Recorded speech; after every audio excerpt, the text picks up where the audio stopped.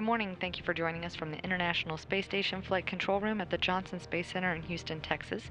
We're live in the Mission Control Center where the Orbit 2 team or second shift is on duty working with the crew in the second half of their day. The team here just returning. We've had a brief LOS or loss of signal with the space station just as a result of the satellite coverage, but the team here continuing to monitor systems and support the crew as needed as they're working through their day. All is going smoothly here in the control center as well as on orbit where the International Space Station is performing well, just crossing from orbital day to orbital night as it's making its way over Kazakhstan. The on-orbit crew is busy at work. It's the afternoon for their workday for NASA astronauts Chris Cassidy and Karen Nyberg, European Space Agency astronaut Luca Parmitano, and Russian cosmonauts Alexander Masyrkin, Fyodor Yurchikhin, and Commander Pavel Vinogradov. The crew is gearing up for tomorrow's spacewalk, which will be conducted by Fyodor Yurchikhin and Alexander Masyrkin, where they will install a panel of materials science experiments on the Poisk module and also configure cables for the future arrival of a Russian laboratory module. The spacewalk is scheduled to begin at 9:40 a.m. Central Time with the opening of the hatch to the Pirs docking compartment. This will start the 172nd EVA, or spacewalk, in support of space station assembly and maintenance. It'll be the 7th for Fyodor Yurchikhin and the 2nd for Alexander Masyrkin.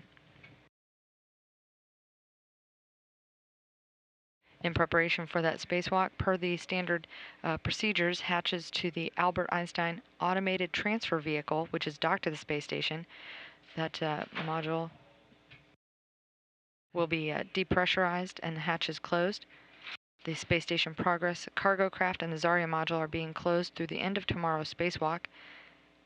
NASA astronaut Chris Cassidy and Pavel Vinogradov will be isolated in the Poisk module and their Soyuz spacecraft during the spacewalk. Meanwhile, astronaut Karen Nyberg and Luca Parmitano will be free to move about the U.S. segment of the space station throughout the EVA. The morning began at the standard 1 a.m. Central Time with a daily planning conference.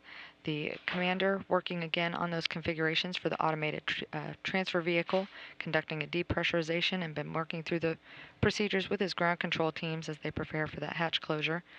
The cosmonauts Alexander Masyrkin and Fyodor Yurchikhin again continuing with these spacewalk preparations, specifically having time set up today to review the timeline. They have a few other tasks as well, including some Russian experiment work and private medical conferences. Chris Cassidy is working in the Japanese experiment module. He's being assisted by Karen Nyberg as they perform some valve measurements.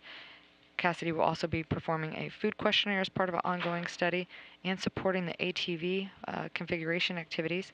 He's also will be working with fellow astronaut, European Space Agency astronaut Luca Parmitano as they continue with the unloading of the cargo that was brought up in the HTV-4 spacecraft that had docked to the space station just under a week ago, and they've been unloading the nearly 4 tons of cargo from that craft.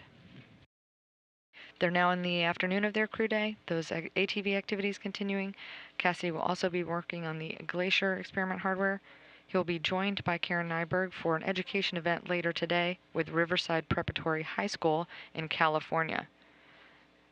All of the crew members have exercise planned. They'll wrap up their day with a daily planning conference shortly after 2 p.m. Central Time. Then they'll have off-duty time where they'll have their evening meal and some personal time and a few end-of-day tasks and data collections. Crew sleep is scheduled for 4:30 p.m. Central Time.